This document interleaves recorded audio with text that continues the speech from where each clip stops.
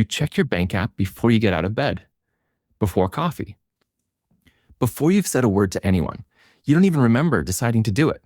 Your thumb just knows where the icon is. And for a few seconds, nothing happens. The screen loads, and in that gap, something in your chest tightens. That's not nothing. That's not a habit. That's a chemical event happening inside your skull, and it's costing you more than you think. The average person checks their banking app somewhere between 30 and 50 times a week. Some people check it every time they feel a flicker of anxiety about anything at all. Money, work, a relationship, doesn't matter. The app becomes the place you go to feel something or to make a bad feeling stop. But here's what nobody tells you. Every single check is doing something to your brain, and it is not doing what you think it's doing. Let's start with what actually happens in your body in the 3 seconds before the number loads. Your heart rate ticks up slightly. Your palms produce a small amount of sweat. Your pupils dilate. This is not paranoia. This is measurable. Researchers studying financial anxiety have found that anticipating a piece of financial information activates the same neural circuitry as anticipating physical danger.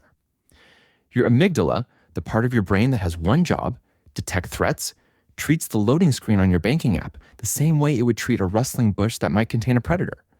You are not checking your balance. You are bracing for an attack. And here's the part that should bother you. Most of the time, nothing bad is even there. The number is fine. It's roughly what you expected, but your brain doesn't get to relax afterward the way you'd think. Because the threat wasn't really the number. The threat was the uncertainty. And checking doesn't resolve uncertainty the way it feels like it should. It just resets the clock until the next spike of it. In 2019, a team of behavioral economists ran a study tracking how often people check their investment and banking apps during a period of market volatility. What they found matched something psychologists had already suspected for years.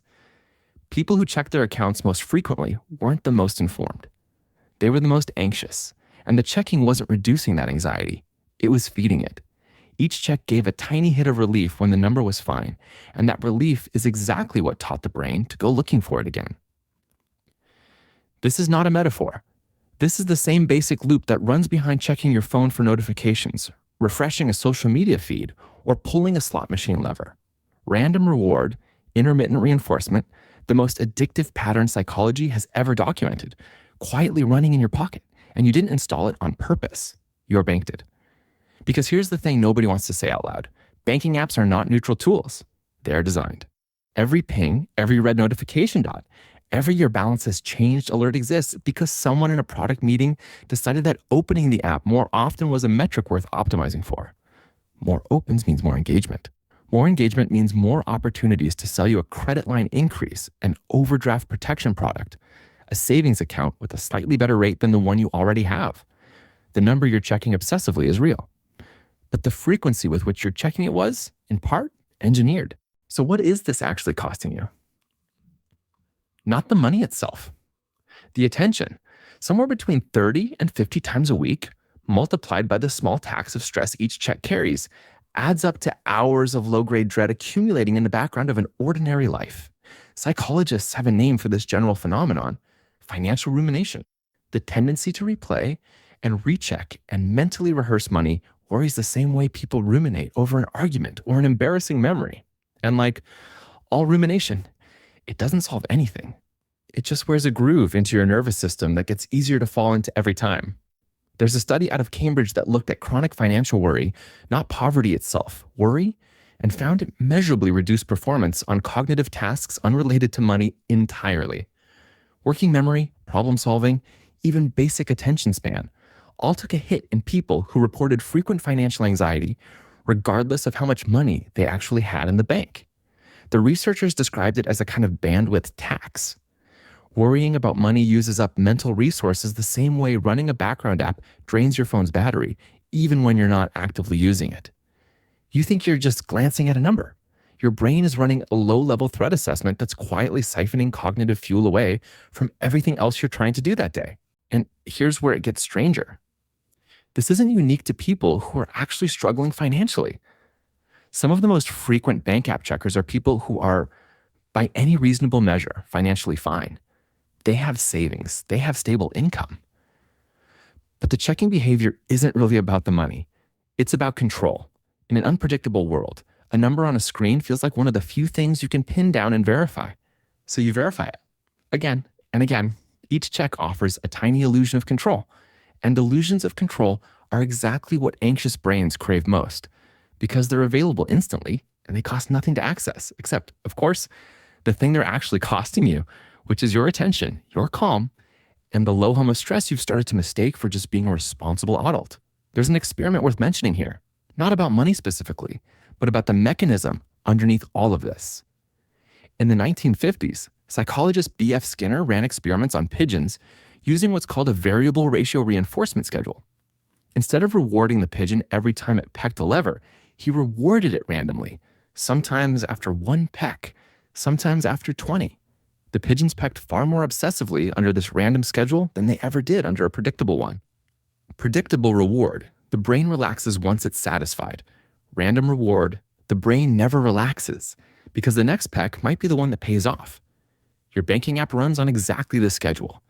Most checks reveal nothing new, but every so often, the number is a little higher than expected, a refund posted, a paycheck landed early, and that unpredictable hit is enough to keep the whole loop running indefinitely. Now, let's talk about what this actually does to your relationship with money itself, because this is the part that quietly reshapes people over years without them noticing.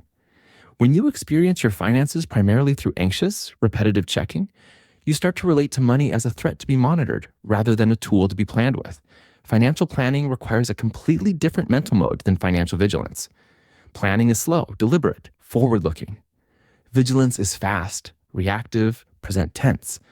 And a brain that's been trained to check compulsively spends most of its financial energy in vigilance mode, leaving almost none left over for the kind of calm, structured thinking that actually builds wealth. You can't budget 5 years out while your amygdala is scanning for danger every 3 hours.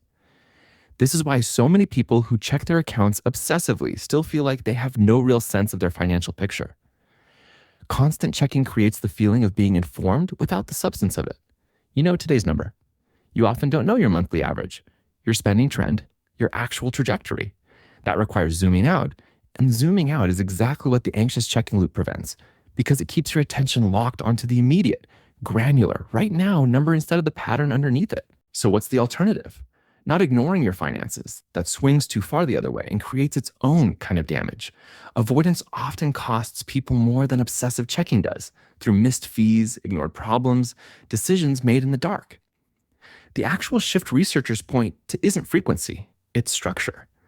People who check their finances on a fixed schedule, say once a week at a set time, with a specific purpose, review spending, check progress toward a goal, report significantly lower financial anxiety than people who check reactively throughout the day whenever a feeling of unease strikes.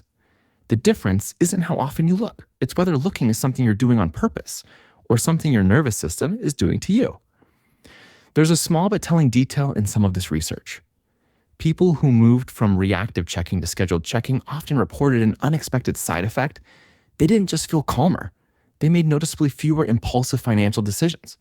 Because a lot of impulsive spending isn't really about the item being bought. It's a mood regulation move, a way to convert vague anxiety into something concrete and controllable, a purchase, a decision, an action taken. Compulsive bank checking and impulsive spending often come from the same well. Both are attempts to relieve a feeling by doing something fast. Neither one actually addresses the feeling. They just move it around. So think back to this morning. The thumb reaching for the icon before you'd even opened your eyes properly. That wasn't really about the number. It was your nervous system running a threat scan. It's run hundreds of times before, trained by a system that profits in small but real ways from your uncertainty.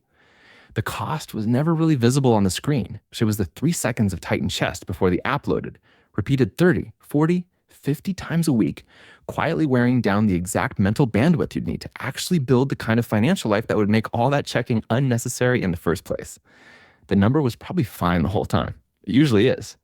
What wasn't fine was the loop underneath it, running in the background, checking not because you needed information, but because checking is what your brain has learned to do with a feeling. It doesn't know how to sit with any other way. But once you see the loop for what it is, you don't have to keep feeding it, because the number was never the problem. You were just never taught how to sit still with not knowing. If this changed how you think about that thumb reaching for your phone, subscribe. There's a new one of these every week.